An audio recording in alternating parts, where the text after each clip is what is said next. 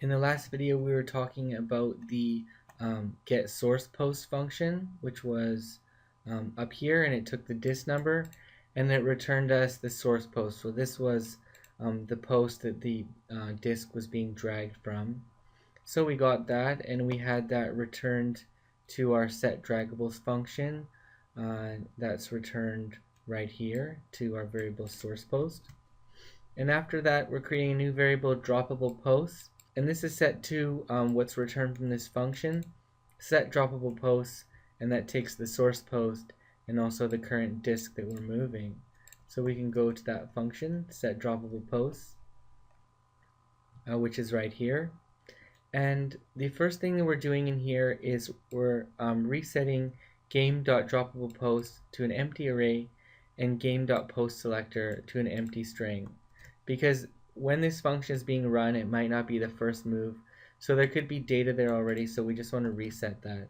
And these variables were also declared up here, right here inside dynamic game variables, but actually that wasn't really necessary because they can be declared globally inside the function as well, but I just thought it's nice to have them up there because somebody can easily see what's all of the static and dynamic variables for the game. Inside set droppable post, the first thing we're doing is setting our local variable disk counter to 0, and posts with larger disk on top is set to this function check if larger disk below, and that takes the current disk number. So within this, we need to run a function within this function in order to get this information about if there's a larger. Basically, what we're doing here is we're checking if we can drop on the post, because we can't put a larger disk on top of a smaller disk. So that's what this is checking right here.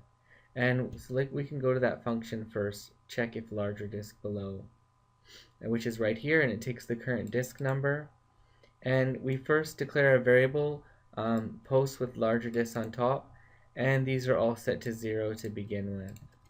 So right now, initially we're assuming that they can place the disk, and we're looping through the posts, and then we're looping through each of the disks, and then we're saying if game disk map, okay, if it's a number, then we have to do another check within this one. So we've found a disk here because we found a number, and then we need to see if that number is greater than the current disk number.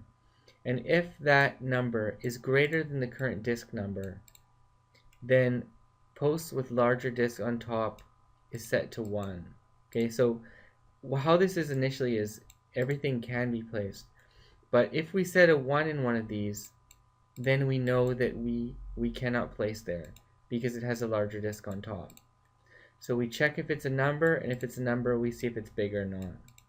And whether we set this post with larger disk on top, whether we set that index of the array to 1 or 0, we're breaking after this. We're breaking out of our inner for loop because we've already found a disk, and there's no reason to keep going further down the array because we've already found the first disk, and we just want to check if something can be placed on top of that or not.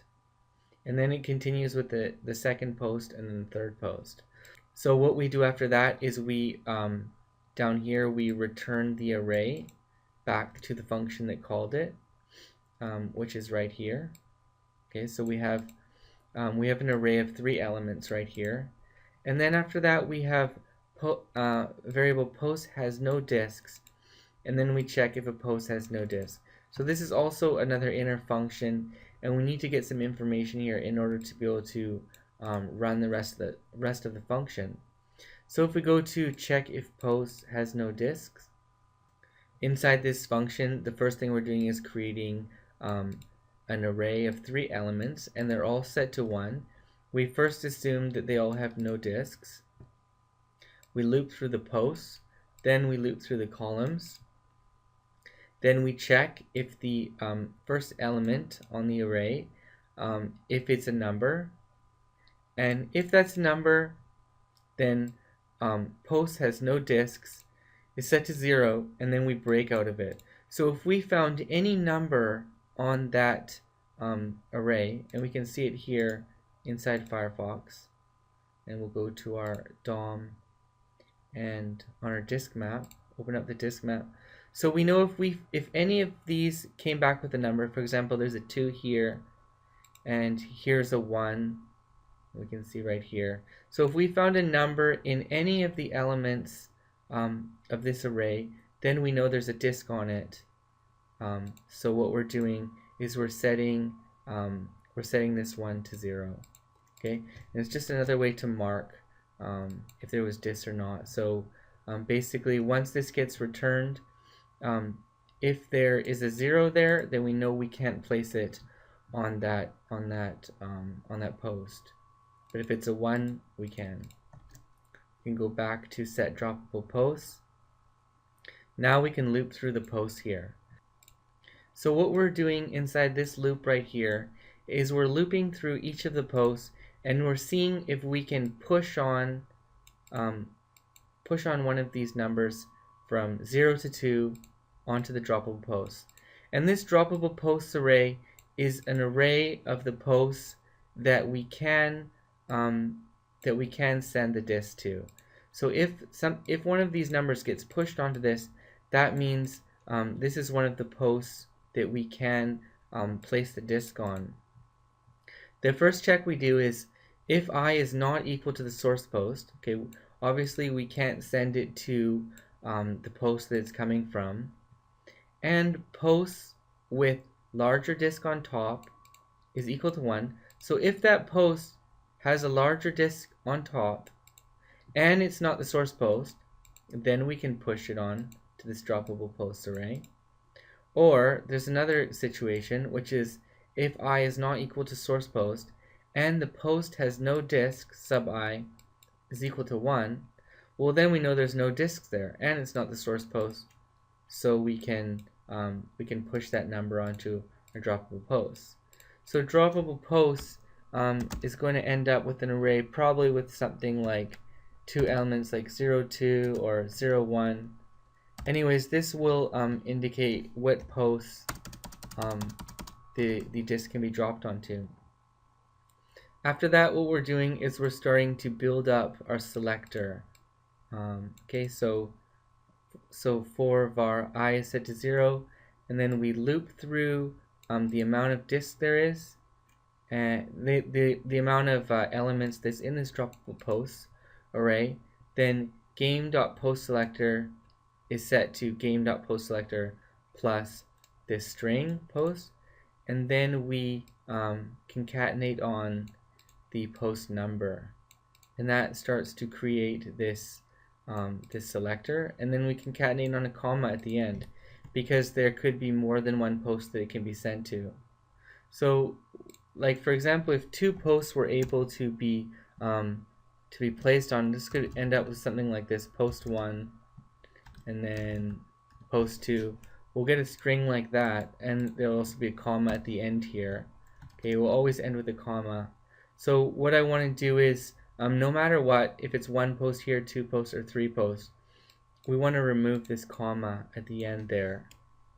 And that's just the same as I talked about in the last video, which is I'm using substring right here. So start from the beginning of the string and then game post selector's length -1. And that will trim off the last comma no matter how long the string is. And then we return game.postSelector. So what we've done now is we've returned the text, the string that's going to go into the jQuery selector. So we've built up this string, we've stored it into droppable post, and now we're just placing it inside this jQuery selector, the appropriate string text to go in there. And then we're giving it the droppable functionality. So you can see no matter what disk they picked up, no matter what disk they grabbed from here, whether it's the left one or the middle one or whatever, it is going to have an event when somebody clicks on it. And the event is going to be the start event.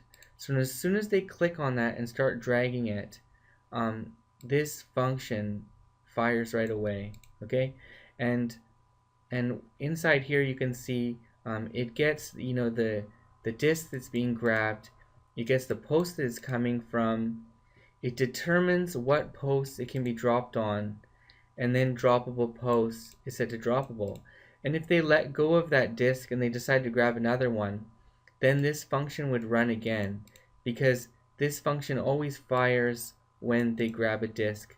No matter what disk they grab, it will fire. So inside here, droppable, we pass some options. Tolerance is set to touch. And what that does is, as soon as, let's just grab another one. Oh, there's a little bug there. And let's just refresh here. And so if I grab this one, and as soon as it touches another post, then it becomes droppable. If we go here, as soon as it touches, as soon as even one pixel touches, it becomes droppable. So that's what the touch option does. And after that we have an over callback function. So this is what I was talking about before, all of these different callback functions for different events that happen when you're dragging and dropping. So when we're holding it over one of the droppable posts, I increase the box shadow here from 5 pixels to 8 pixels. And when they take it out, then I put the box shadow back to 5 pixels. And if they drop it, it's also setting the box shadow to the original of 5 pixels here in that first offset. And then we're determining the target post. So the target post is determined like this. This adder ID. So this now is referring to the post. It's not referring to the draggable disk. It's referring to the post, because we have, well, post or posts, depending on how many there is. And no, actually, it's referring to the one that it's actually being dropped on. So it gets that post ID, and then we use char at. So, for example, if it was like post 0, then we're just gonna trim that down to 0, and then we're gonna run parseInt on it, so that 0 becomes an integer, and our target post is now an integer of what post it's being dropped on. The next thing I'm doing is getting the distance, get distance to drop down.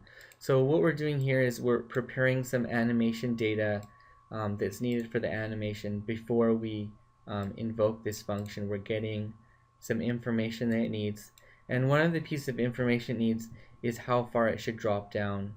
So we run this function, get distance to drop down, and I think I'm going to talk about that function in the next video.